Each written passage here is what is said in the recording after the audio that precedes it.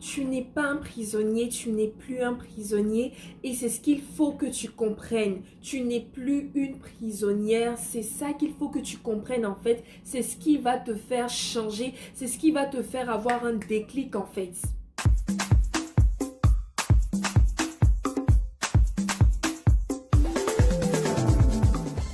Ouh, aujourd'hui ça va chauffer.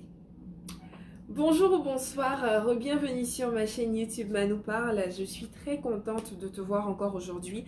Merci à tous ceux qui s'ajoutent à la famille. Alors moi ça me fait plaisir parce que on grandit en nombre d'abonnés et puis moi aussi je grandis.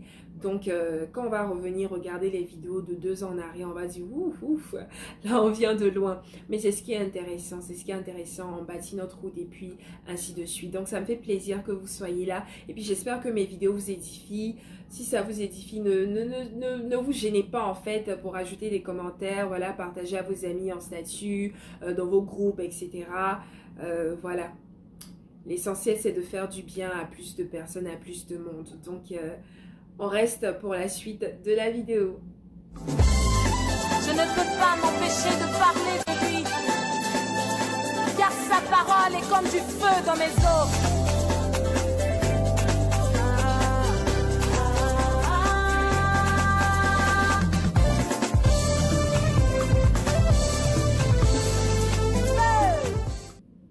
Combien de fois est-ce qu'on s'est retrouvé à retomber dans les mêmes choses? Les mêmes choses qu'on a dit, moi, cette année, c'est fini.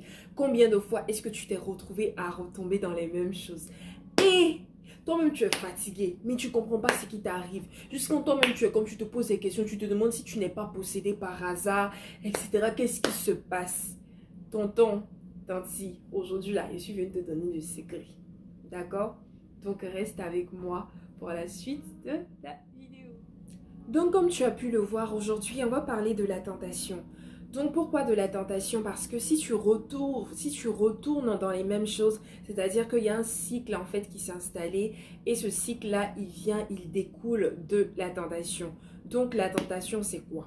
Bon, techniquement, tu as envie de faire quelque chose, tu n'arrives pas à résister et puis finalement, pouf, tu tombes dedans. Je suis allée chercher la définition de la tentation. Donc, let's go pour la définition de la tentation. Laissez-moi mettre mes lunettes que je mets seulement 2 fois dans l'année. Donc, selon CNRTL, en fait, la tentation serait un attrait du mal, une envie de ce qui est défendu. Et puis, je suis allée chercher aussi la définition de Larousse. Donc, Larousse va dire que c'est un attrait vers quelque chose de défendu par une loi morale ou religieuse. Donc, souvenez-vous, dans le jardin d'Éden, Dieu a dit à Adam et Ève, oui, Dieu a dit à Adam et Ève, il a défendu à Adam et Ève de manger du fruit de l'arbre de la connaissance du bien et du mal. Donc voilà. Donc un attrait vers quelque chose de défendu par une loi morale ou religieuse.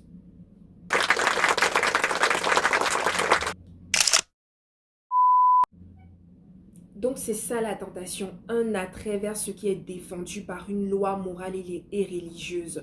Donc ici, nous on est vraiment, c'est dedans en fait, c'est de la définition nous convient vraiment, surtout le côté religieux et surtout dans le cadre de notre marche avec le Seigneur Jésus-Christ. Donc la tentation. Généralement quand tu es tenté, souvent tu es tenté de faire des bonnes choses, mais c'est rare parce que vous-même vous voyez la définition dit défendu. Donc c'est quelque chose qui est interdit. Mais souvent, on est vraiment tenté, on lutte de toutes nos forces et puis on n'arrive pas. Mais avant d'aller plus loin dans le vif du sujet, en fait, moi, je veux rappeler juste l'allégorie de la caverne. Pour ceux qui ont vu ça en philosophie, je ne sais pas si vous avez vu ça en philosophie, mais l'allégorie de la caverne, en fait, ce sont des prisonniers. Donc, des prisonniers qui sont dans une caverne et puis ils font dos, en fait, à la sortie. Donc, ils ne voient pas la sortie de la caverne, mais ils sont enchaînés et ils ne voient qu'un mur. Et sur le mur, en fait, toutes les personnes qui passent devant la caverne, en fait, c'est comme il y a leurs ombres qui se reflètent sur le mur. Donc, eux, ce sont les ombres qu'ils voient et c'est ça, eux, leur réalité. Donc, tout ce qu'ils connaissent, en fait, ce sont les ombres qu'ils voient. Maintenant, un des prisonniers va sortir de la caverne. Donc, il va sortir déjà, la lumière va le frapper. Il n'a jamais vu la lumière. Donc là, il a un premier contact avec dans la philosophie, on va appeler la vérité. Donc, il a ce premier contact-là avec une première partie de la vérité. Et là, il se rend compte que, oh, mais quand on était dans la caverne, en fait, ce qu'on voyait, c'était des ombres. Donc voilà, ce sont de vraies personnes en fait, ce sont des personnes qui existent, etc., etc. Donc lui, il connaît la vérité et il se dit, oh, mais moi, en toute ma vie, en fait, j'ai vécu d'un mensonge. Donc vu que je connais la vérité, je retourne dire à mes camarades de la caverne. Mais quand il retourne dans la caverne, en fait, pour dire à ses camarades, regardez, et là, dehors, là, il y a des choses qui existent, en fait. Donc ce que vous voyez là, ce sont des ombres, mais il y a des vraies personnes qui sont dehors, il y a des vraies choses, il y a des arbres, etc. Mais les prisonniers se moquent de lui. Pourquoi? Parce que eux, ils n'ont pas été au contact de la vérité, c'est tout ce qu'ils connaissent. Donc, par rapport à l'allégorie de la caverne, en fait, c'est un peu comme ça qu'on est retenu, en fait, dans un j'ai failli dire dans une péché, qu'on est retenu dans un péché, en fait, qu'on est retenu dans un certain truc, en fait. Donc, c'est qu'on est dans la caverne, on n'a que ce qu'on connaît, on a nos faiblesses qu'on connaît, tout ce qu'on connaît, c'est qu'on tombe et on retombe. On prie haut, on prie, on jeûne haut, on jeûne, mais ça marche pas. On finit toujours par retomber dans la même chose. Donc aujourd'hui, mon ami, moi je suis venue te dire quelque chose. Je suis venue te dire que tu n'es pas un prisonnier. Tu n'es pas un prisonnier. Tout comme ce prisonnier-là qui est sorti de la caverne, en fait, quand tu acceptes de donner ta vie à Jésus, la Bible va dire que quoi? Il n'y a plus de condamnation pour celui qui croit. Donc c'est comme quand tu donnes ta vie à Jésus, tu sors de la caverne, de cette caverne-là, et tu es en contact avec la vérité. Et la vérité de Christ te frappe. Donc tu n'es plus sous la condamnation. Ça, c'est quelque chose qu'il faut que tu retiennes. Tu n'es pas un prisonnier. Parce que souvent, on est là et puis on se dit, non, mais peut-être que même ce sont des démons, je sais pas, j'arrive, je retombe. Mais il faut que tu prennes conscience. En fait, c'est un renouvellement de l'intelligence. Il faut que le Saint-Esprit t'éclaire, en fait, pour que tu puisses comprendre que tu n'es pas un prisonnier. Tu as la possibilité. Tu peux résister au péché. Tu peux dire non, moi je ne retombe plus parce que j'ai le pouvoir de décider que je ne vais pas retomber. Je ne suis pas une prisonnière. À partir du moment où tu te rends compte de cette vérité-là, mon ami, ta manière de faire face à la tentation, ça change. Donc ça, c'est quelque chose qu'il faut que tu retiennes d'abord. La Bible va même dire dans Romains 6, verset 18, « Ayant été affranchis du péché, vous êtes devenus esclaves de la justice. » Mon ami, tu n'es plus un prisonnier, tu n'es plus esclave, tu n'es plus sous la condamnation. Donc, il est temps que tu t'appropries en fait ces versets de la Bible. Souvent, il y a des versets de la Bible qu'on lit en fait, et puis on voit ça, c'est-à-dire qu'on voit ça au hasard en fait. C'est comme on lit ça, on lit, mais vu qu'on ne proclame pas et vu qu'on n'a pas encore eu la révélation de la puissance qui se cache derrière ces versets, ils ne peuvent pas avoir grande efficacité dans nos vies parce qu'on ne déclare pas, parce qu'on ne sait pas ce qu'on est en train de dire. On n'a pas connaissance de la puissance des versets de la Bible. On n'a pas connaissance de la puissance. Quand la Bible dit qu'il n'y a plus de condamnation pour celui qui croit, on se retrouve toujours dans le même péché. On retombe et on crépit sous le poids de la condamnation. Alors que la Bible a dit qu'il n'y a plus de condamnation pour celui qui croit. Parce que Christ nous a affranchis. À la croix, Jésus a tellement fait des choses. Waouh! Il nous a affranchis du péché. Donc nous sommes maintenant esclaves, pardon. Esclaves. Nous sommes maintenant esclaves de la justice. Ça, c'est une vérité. C'est une chose qu'il faut que tu commences à imprégner. C'est une chose dont il faut que tu t'imprègnes chaque jour. Tu n'es plus esclave parce que Jésus a tout payé et il n'y a plus de condamnation pour qui est en Christ. Donc maintenant qu'on est clair sur ces quelques points, j'espère que vous avez pu me suivre et que vous avez compris ce que j'étais en train de dire. Maintenant qu'on est clair dessus, j'espère, on va voir maintenant le schéma de la tentation. Donc le schéma de la tentation, c'est quoi? 1. Tu es tenté. Donc tu as envie de faire ce qui est défendu, ce qui est mal. Ça, c'est le premier truc. Il y a ce désir-là qui monte en toi, tu as envie. 2. Ta volonté rentre en jeu. Donc, par la volonté, en fait, j'ai cherché la définition de la volonté. J'ai dit qu'elle se définit comme étant la faculté d'exercer un libre arbitre ou un choix. Donc, c'est la faculté de déterminer une action d'après des normes ou des principes moraux. Donc, entre autres, il s'agit du processus de délibération, en fait, qui te permet de dire, OK, ok c'est bon, ok c'est pas bon. Donc ta volonté rentre en jeu. Donc ta volonté, est-ce que tu vas céder ou pas céder? Donc le troisième en fait, c'est le passage à l'acte. Le passage à l'acte, donc quel acte? Soit tu fuis, soit tu commets, en fait, tu assouvis l'objet de ton désir, donc l'objet de ta tentation. Voici le schéma de la tentation. Donc je reprends. 1. Tu es tenté, donc tu as envie de faire ce qui est mal. 2. Ta volonté rentre en jeu, donc par ta volonté, ta capacité à délibérer. Et 3. Une fois que tu as fini de délibérer, 3. Il y a le passage à l'acte. Donc le passage à l'acte, soit tu fuis, soit tu tombes dans le péché, soit tu assouvis l'objet de ton péché. Donc pour appuyer en fait le schéma de la tentation dont j'ai parlé, on va prendre une histoire de la Bible, une histoire biblique pour voir un exemple concret. Donc c'est l'histoire de Tamar, la sœur d'Absalom et d'Amnon. Donc tous les fils et filles du roi David. Donc l'histoire se trouve dans 2 Samuel à partir du chapitre 2 Samuel chapitre 13 à partir du verset 1 jusqu'au verset 15. En tout cas c'est cette partie-là qui nous intéresse nous. Donc la Bible va dire... Vous vous souvenez du schéma de la tentation. Donc, d'abord, tu es tenté. Donc, tu ressens, tu éprouves le désir là pour l'objet de ta tentation. Donc, au verset 2, nous, on va sauter, on ne va pas tout lire. Au verset 2, la Bible va dire « Amnon était tourmenté jusqu'à se rendre malade à cause de Tamar, sa sœur, car elle était vierge et il paraissait difficile à Amnon de faire sur elle la moindre tentative. » Donc, au verset 4, un de ses faux amis là vient lui demander « Mais toi, tu es fils de roi, pourquoi tu es triste, pourquoi tout ?» Et il va dire au verset 4, il va lui dire oui, au verset 4, « J'aime Tamar, sœur d'Absalom, mon frère. » Donc l'objet de son désir en fait c'était Tamar. Parce que la Bible va dire, il était tourmenté jusqu'à se rendre malade. Donc c'est-à-dire que même là, la fille même là, elle le fatiguait. Elle fatiguait le gars Amnon. Schéma truc numéro 1 dans le schéma de la tentation. 2. Il délibère. Il délibère parce que sa volonté rentre en jeu maintenant. Donc, il est en train d'évaluer. Il est en train d'évaluer. À ce stade-là, on ne sait pas s'il va prendre la décision parce qu'il y a l'étape 3 où on va voir, il prend la décision soit de passer à l'acte ou soit de fuir. Donc, étape 2, mon ami délibère. Et quand il délibère, dans son processus de délibération, on suppose qu'il est toujours en train de délibérer. Au verset 10, il va dire, la Bible dit, « Alors Amnon dit à Tamar, apporte le mets dans la chambre et que je le mange de ta main. » Donc Tamar prit les gâteaux qu'elle avait faits et les porta à Amnon son frère dans la chambre. Donc on suppose que jusque-là, avec tout son stratagème là, il est en train de délibérer.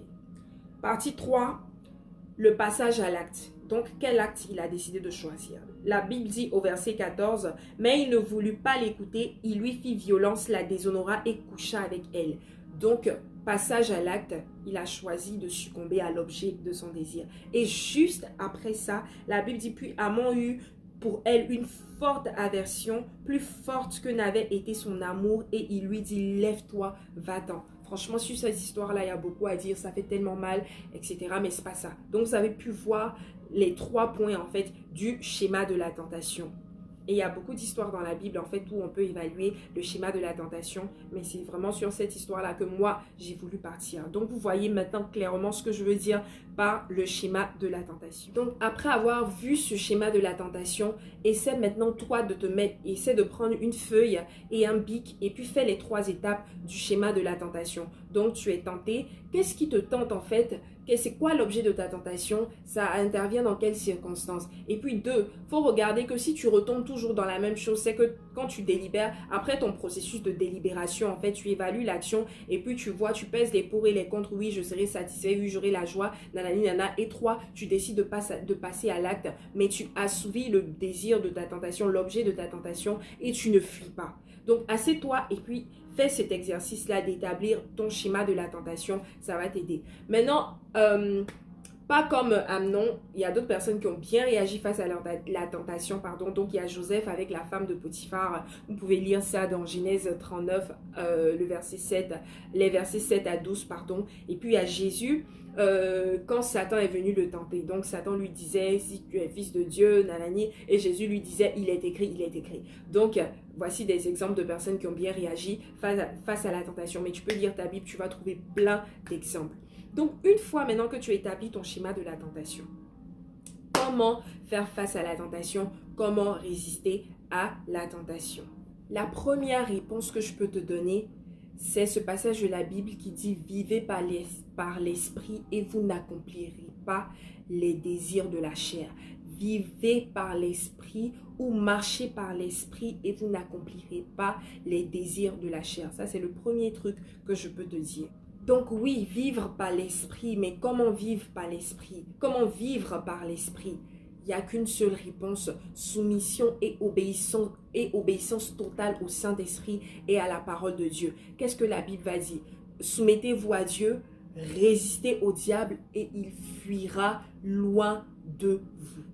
Donc, comment vivre par l'esprit, soumission, surtout quand tu veux sortir d'un certain péché, soumission et obéissance totale au Saint-Esprit et à la parole de Dieu. Il faut lire ta Bible, c'est important. Il faut lire ta Bible. On dit toujours que la nature a horreur du vide. Donc, lis ta Bible, pour que ça puisse te remplir, ça puisse remplir ton intérieur, pour que tu sois filled de la parole de Dieu, pour que quand Satan vient, tu peux lui dire oui, il est aussi écrit. Il faut qu'on lise notre Bible. Et puis là, il est temps d'arrêter de passer beaucoup de temps dans les activités charnelles en fait. Le jeûne là, ça affaiblit la chair. Et quand ta chair affaiblit en fait, tu as moins le temps de penser à ok, tu vas commettre tel truc ou tel truc. Donc, jeûner, à être dans une attitude de jeûne aussi là, jeûner là, ça peut t'aider à te soumettre beaucoup à Dieu et à affamer la chair. Tu as compris? Là, je parlais comme une vraie ivoirienne. Donc, je parle d'être soumis en fait, mais se soumettre, c'est quoi? Ça veut dire quoi? Donc, le dictionnaire va dire que c'est manifester une disposition à obéir. Ça, c'est pour être soumis. Qu'en est-il de se soumettre? Parce que j'ai dit se soumettre, obéissance et soumission totale au Saint-Esprit et à la parole de Dieu. Mais dans se soumettre, en fait, c'est quoi? Qu'est-ce que ça veut dire? Donc, se soumettre, en fait, c'est cesser de résister à quelqu'un, cesser de lutter et accepter sa domination et son autorité. C'est ça, se soumettre. Donc, arrêter de résister et reconnaître, en fait, l'autorité et la domination de quelqu'un. Donc, résistez au diable, soumettez-vous à Dieu. Donc, acceptez d'arrêter de lutter la place de la personne qui doit vous aider à vous en sortir là. Arrêtez de lutter cette place-là avec Dieu et soyez prêts en fait à reconnaître son autorité et sa domination dans votre vie. Donc, c'est ça, se soumettre à quelqu'un. Donc, maintenant, je vais vous donner le DCA. Le DCA, donc on a parlé de se soumettre à obéissance et soumission totale au Saint-Esprit, à la parole de Dieu pour vivre selon l'Esprit. Et puis maintenant, je vous donne le DCA. Donc le DCA, c'est quoi? On va le voir tout à l'heure. Mais le DCA, je l'ai appelé le guide de survie. Donc tu as besoin du DCA. Le DCA, c'est quoi? Donc, on a le D pour disposition à obéir. Donc, arrêter de résister et se soumettre. Donc, D pour disposition à obéir. Donc, C, c'est cesser de résister. Et A, c'est accepter l'autorité. Donc, accepter de se soumettre à Dieu. Donc, c'est ça notre DCA qui est le guide de survie. Il faut prendre ta feuille, tu vas noter le DCA, guide de survie. Ça va t'aider après. Et puis, une autre chose vraiment importante, mon ami, quand c'est chaud là, il faut fuir. Quand c'est chaud là, il faut fuir. Souvent, c'est la solution la meilleure pour toi. Parce que à partir du moment, quand tu es dans l'étape de ta volonté rentre en jeu dans le schéma de la tentation, quand tu es à cette étape-là et que tu commences à discuter avec Satan, c'est-à-dire que quand tu acceptes même de commencer à réfléchir sur le pour et le contre, il y a 90% de chances que ça veut dire que le passage à l'acte là, tu vas commettre le péché en fait. Fait qu'il faut fuir. Et puis, il y a des genres de discussions là qu'il ne faut pas accepter d'avoir avec le diable. Il ne faut pas accepter de raisonner quand il s'agit du péché. Il faut fuir. Fuyez, fuyez, fuyez et fuyez. Faites très attention. Souvent, là, la solution même la plus rapide, c'est qu'il faut fuir. Aussi, je veux te dire en fait d'être vraiment honnête. C'est-à-dire qu'il faut accepter, d'être vulnérable devant le Seigneur. Il faut accepter de te mettre à nu. Parce que Dieu, il voit tout. Qu'est-ce que tu peux lui cacher? La Bible dit qu'il voit une fourmi noire sur une pierre noire dans la nuit noire. Donc, qu'est-ce que tu peux lui cacher en fait? Sois honnête avec lui face à ce que tu ressens. Et puis, décidons d'agir de manière intelligente et stratégique. Assieds-toi, prends une feuille et un stylo et puis commence, en fonction de ton schéma de la tentation, tout ça, commence à voir même quel est le fil conducteur pour que tu retournes toujours dans un certain type de péché. Et puis décide de te faire aider. Va voir les gens qui sont avancés dans la foi. Va voir en fait des personnes de confiance à qui tu peux parler. Parce qu'il y a certaines personnes qui ne nous inspirent pas confiance, même quand elles ont des positions d'autorité. Donc regarde, trouve quelqu'un à qui tu peux parler, à qui tu peux t'ouvrir. Parce que mon ami, ça va te faire du bien, ça va t'aider. Ça va t'aider. Tant que tu te tais là, c'est comme si tu caches. Mais quand tu décides d'ouvrir la bouche et que tu dis à quelqu'un en fait, c'est comme il y a un pouvoir, il y a une libération dedans. Il y a une libération dedans. Et Dieu même, il va dire que là où 2 ou 3 sont assemblés, en mon nom, je suis au milieu d'eux. Donc, quand c'est chaud là, même pas, faut pas attendre que ça soit chaud d'abord. Quand tu vois que tu luttes, c'est difficile, accepte de te confier à quelqu'un. Parce que tu sais pas, peut-être même que cette personne est passée par les mêmes choses que toi et elle pourra t'aider. Donc, c'est vraiment ça. Sois honnête avec Dieu. Sois vraiment honnête. Qu'est-ce qui ne va pas? Pourquoi tu tombes? Sois honnête avec toi-même et tu vas voir. Mais n'oublie pas. Inspire-toi de ce que j'ai dit dans cette vidéo et décide de changer. Parce que je te rappelle qu'il n'y a plus de condamnation. Tu n'es pas esclave. Christ nous a affranchis pour la liberté. C'est quelque chose qu'il faut que tu comprennes en fait. En temps normal, tu es libre.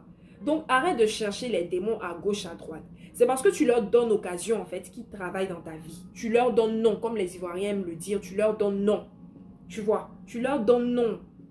Mais tu n'es pas esclave. Tu n'es pas esclave. Souvent, Satan veut te faire croire que tu es esclave. C'est pourquoi tu demeures toujours dans le même péché, tu retombes toujours. Mais tu n'es pas un esclave parce que Christ nous a affranchis. C'est pour la liberté. Et il le dit, il n'y a plus de condamnation. Cette parole-là, elle est puissante.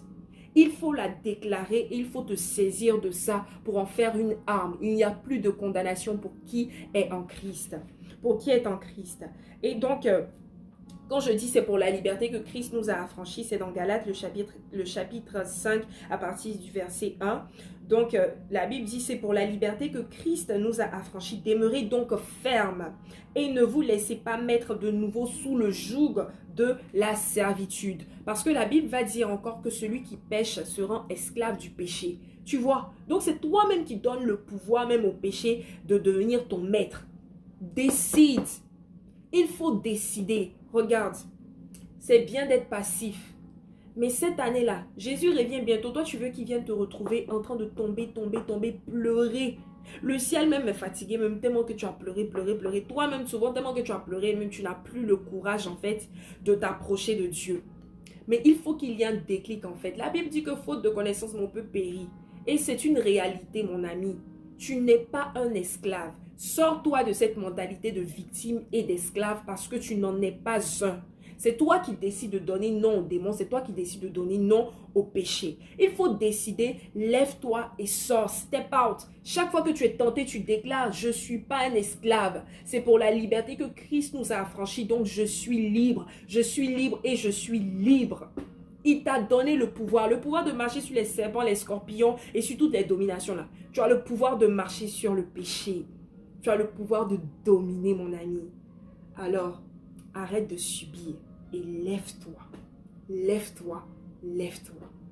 J'espère vraiment que ce petit partage, j'ai beaucoup parlé, j'espère vraiment que tu as pu noter des choses importantes et que ça a pu te faire du bien.